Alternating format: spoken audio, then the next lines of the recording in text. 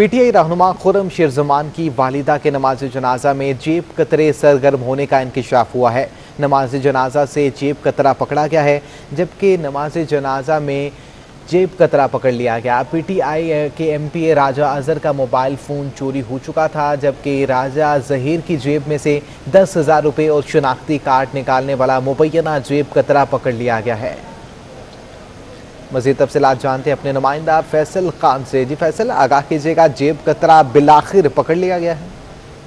देखिए, पाकिस्तान तहरीक इंसाफ खुर्रम शेर ज़मान रहनुमा है, उनकी वालदा की नमाज जनाजा थी, जिसमें जो है एक मुबैना चोर पकड़ा गया है। और ये पाकिस्तान तहरीक इंसाफ के एमपी हैं राजा अजहर, उनकी जेब काटने की ये कोशिश कर रहा था, जो पैसे निकाले और शनाख्ती कार्ड जो है इसने निकाला था, उसके बाद इसको पकड़ा गया। जबकि उनका मोबाइल भी चोरी हो गया था, जो बाद में कुछ लोगों ने जो है वो एक और जेब कतरे को पकड़ने की कोशिश की, ताहम वो फरार हो गया, लेकिन वो मोबाइल फोन फेंकता हुआ चला गया। जो मोबाइल फोन मिल गए वो उनमें से एक राजा अजहर का भी था। और इन तमाम जो एक ग्रोह था, इसमें से एक शख्स को बताया जा रहा है कि मुबैना तौर पर जेब कतरा है, इसको पकड़कर पुलिस के हवाले कर दिया है। जबकि हमारी वो जो शख्स था उससे बात हुई तो उसने इससे इनकार किया और उसका यही कहना था कि वो ठोकर लगने से गिरा। जबकि राजा अजहर जो एमपी है, उन्होंने दावा किया है कि इन्होंने रंगे हाथों इसको पकड़ा है, जेब से पैसे निकाल रहे थे, शनाख्ती कार्ड, और ये दोनों चीजें निकालते हुए इनको पकड़ा गया। जी अच्छा फैसल, आगाह कीजिएगा, क्या मुलजिम मजीद भी वारदातों में मुलविस पाया गया? क्या तफ्तीश की जा रही है उसके खिलाफ? देखिए, पुलिस ने अभी इसको अपनी हिरासत में लिया है और बताया जा रहा है कि ये लाहौर का रिहायशी है, यहाँ पर कुछ दिनों के लिए आया हुआ था। पुलिस ने उसको हिरासत में लेकर मजीद तफ्तीश की। अभी तक जो है पुलिस की जानिब से कोई FIR या दीगर चीजें नहीं की गई, ताहम अभी इस हवाले से तफ्तीश की जा रही है। जी ठीक है, बहुत शुक्रिया आपका फैसल खान, तमाम तर तफसीलात से आगाह करने के लिए। एडमिनिस्ट्रेटर कराची मुर्तज़ा वहाब ने पीटीआई के रुकने सिंध असेंबली खुर्रम शेर ज़मान की वालिदा के इंतकाल पर गहरे दुख का इजहार किया है।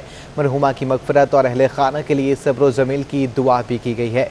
एडमिनिस्ट्रेटर कराची मुर्तज़ा वहाब ने पीटीआई के रुकने सिंध असेंबली खुर्रम शेर ज़मान की वालिदा के इंतकाल पर दुख व रंज का इजहार किया है, जबकि मरहुमा की मगफरत और अहले खाना के लिए सब्र जमील की दुआ की गई है। पीपल्स पार्टी की खातून रुकने सिंध असेंबली शर्मिला फारूकी के वालिद उस्मान फारूकी के इंतकाल कर गए हैं। मरहूम मोहम्मद उस्मान फारूकी साबिक चेयरमैन पाकिस्तान स्टील भी रह चुके हैं।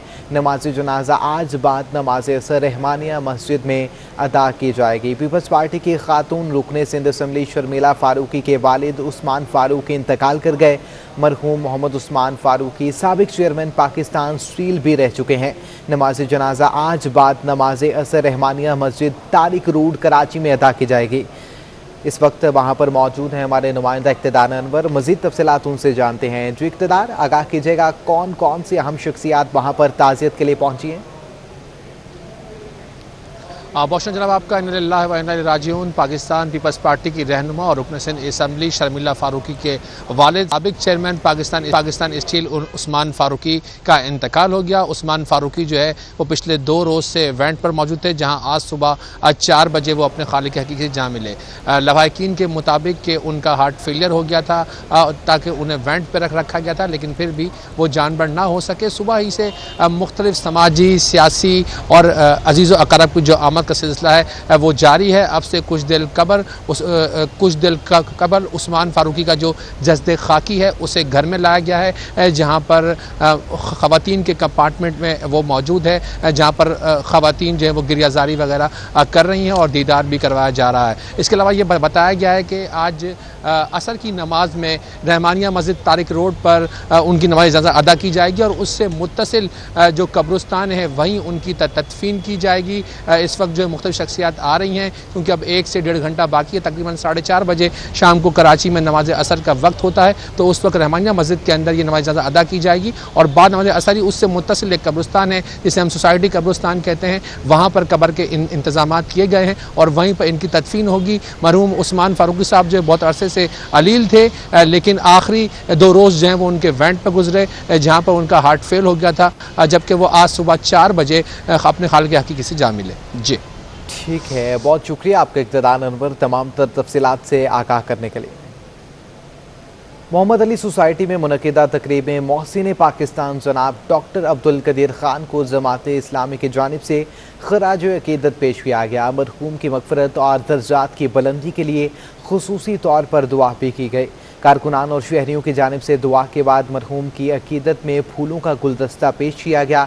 इस मौके पर बल्दिया उज़्मा कराची में जमात इस्लामी के पार्लिमानी लीडर जुनेद और ताजिर बरादरी के वाइस चेयरमैन आमिर रफ़ी भी मौजूद थे।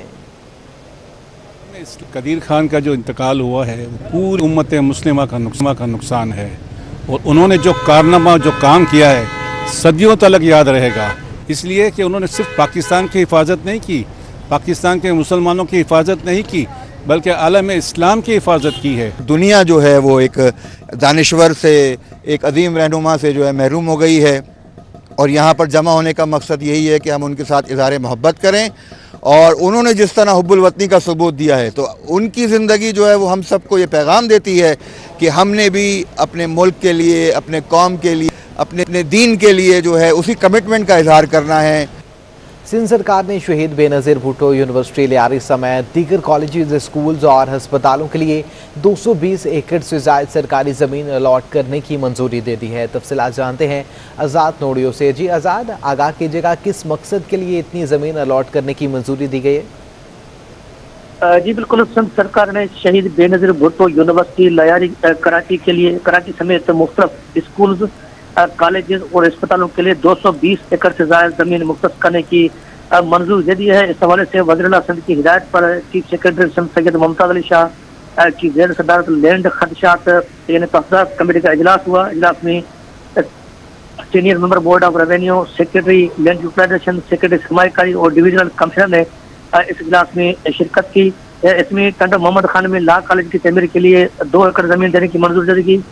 थाना बुला खान जाम शोरों में डिग्री कॉलेज की तमीर के लिए 4 एकड़ ज़मीन मुख्तस करने की मंजूरी दी गई। हैदराबाद में डिविजनल रेवेन्यू रिकॉर्ड बनाने के लिए 1000 स्क्वायर यार्ड ज़मीन मुख्तस करने की मंजूरी दी गई। इसके अलावा घोड़ाबारी जिला ठट्टा में अस्पताल की तमीर के लिए 14 एकड़ ज़मीन अलॉट करने की मंजूरी दी गई। जबकि केमाड़ी नए जिले में अफसरान की रिहाइश के लिए ज़मीन मुख्तस करने के हवाले से कोई फैसला नहीं हो सका है। ये चीफ सेक्रेटरी समरी जो तैयार करके वज़ीर-ए-आला सिंध को अर्सल करेंगे। वज़ीर-ए-आला सिंध की मंजूरी के बाद बाकायदा तौर पर कागजी कार्रवाई शुरू की जाएगी। जी ठीक है, बहुत शुक्रिया आपका आज़ाद नोडियो तमाम तफसीलात से आगाह करने के लिए। वज़ीर जामियात व तालीमी बोर्ड्स इस्माइल राहू ने यूनिवर्सिटीज़ और तालीमी बोर्ड्स का सरप्राइज दौरे करने का फैसला कर लिया है। कहते हैं कि 2-3 बोर्ड्स खसारे का शिकार हैं, मिलकर मसाइल हल करने की कोशिश करेंगे। तफसीलात जानते हैं अपने नुमाइंदा एहसन चांडियों से। जी बिल्कुल, देखिए जामियात और तालीमी बोर्ड में जो मसाइल हैं उससे आगाह करने के लिए हमारे साथ वज़ीर जामियात एंड बोर्ड इस्माइल राहू साहब मौजूद हैं, उनसे जानते हैं। सर ये बताइएगा कि आजकल जो मसाइल चल रहे हैं, कहा जा रहा है कि ख़बरें मुख्तलिफ आ रही हैं कि तालीमी बोर्ड जो हैं वो खसारे का शिकार हैं, ये वजह क्या है? देखिए तालीमी बोर्ड्स जो हमारे हैं, इंटरमीडिएट बोर्ड, सेकेंडरी बोर्ड्स, ये एक ऑटोनमस बॉडीज़ हैं, वो अपनी अर्निंग्स के तहत चलते हैं।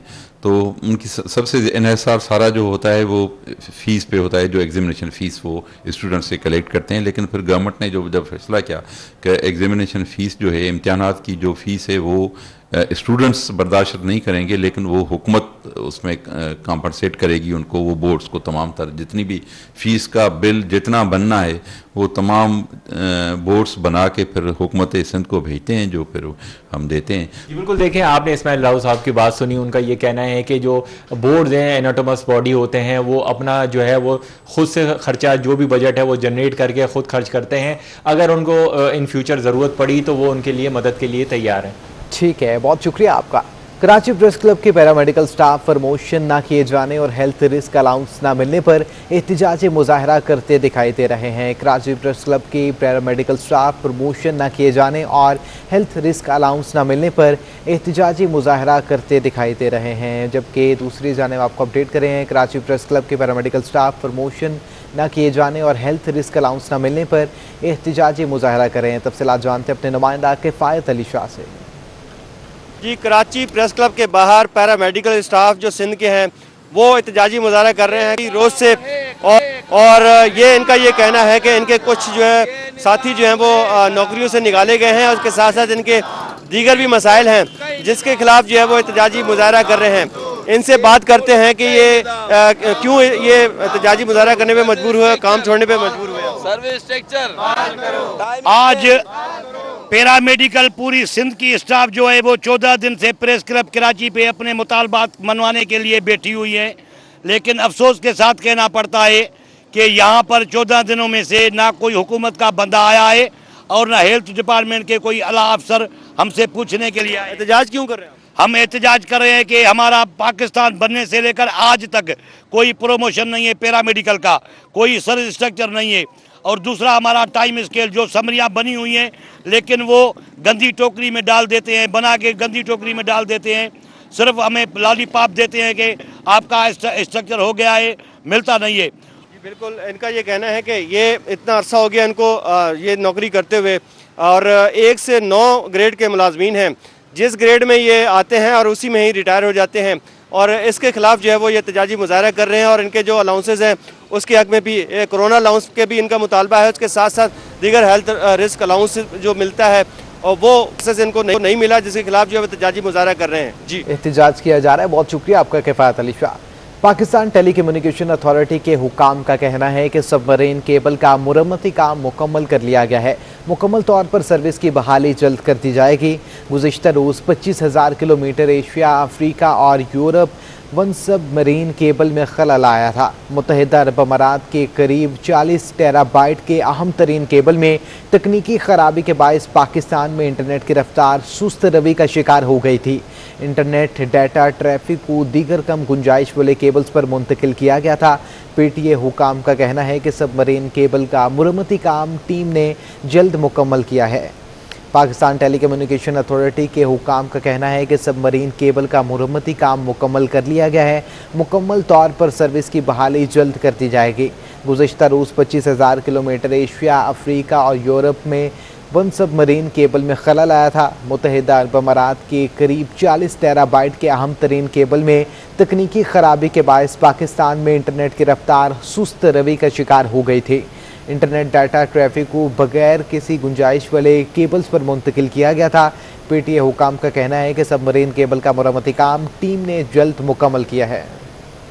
यहाँ पर आपको आगाह करें, 16 अक्टूबर को मकामी सतह पर भी पेट्रोलियम मसनूआत की कीमतों में इजाफे का इम्कान है। ओगरा ने पेट्रोलियम मसनूआत की कीमतों के तयन के लिए वर्किंग का आगाज़ कर दिया है। पेट्रोलियम मसनूआत की कीमतों से मुतल्लिक समरी 14 अक्टूबर को भिजवाई जाएगी, जबकि आलमी मंडियों में खाम तेल की कीमतों में मुसलसल इजाफे का रुझान बरकरार है। आलमी मार्केट में खाम तेल की कीमत $83 फी बैरल हो चुकी है। मकामी सतह पर कुदरती गैस की पैदावारी लागत में भी इजाफा हो चुका है। 16 अक्टूबर को मकामी सतह पर भी पेट्रोलियम मसनूआत की कीमतों में इजाफे का इम्कान है। ओगरा ने पेट्रोलियम मसनूआत की कीमतों के तयन के लिए वर्किंग का आगाज़ कर दिया है। पेट्रोलियम मसनूआत की कीमतों से मुतल्लिक समरी 14 अक्टूबर को भिजवाई गई है। आलमी मंडियों में खाम तेल की कीमतों में मुसलसल इजाफे का रुझान बदस्तूर बरकरार है। आलमी मार्केट में खाम तेल की कीमत $83 फी बैरल हो चुकी है। तफसीलात जानते हैं अवैस के आने से। जी अवैस, आगाह कीजिएगा। देखिए, इंटरनेशनल मार्केट में भी खाम तेल की कीमतों में जो है वो इजाफा देखने को आ रहा है और कुदरती गैस की कीमत में भी इजाफा हुआ है, जिसके बायस जो मकामी सतह पर पाकिस्तान में तेल की कीमतों में इजाफे का इम्कान है। 16 अक्टूबर से कीमतों में इजाफे के इम्कान के हवाले से ओगरा अथॉरिटी ने वर्किंग जो है वो शुरू कर दी है और अगले 2 दिनों में जो है ओगरा अपनी सिफारिशात जो है कीमतों में इजाफे से मुतालिक वो हुकूमत को हड़ताल करेगी और हुकूमत जो है वो फैसला करेगी। ठीक है, बहुत शुक्रिया आपका अवैस के तफसीलात से आगाह करने के लिए।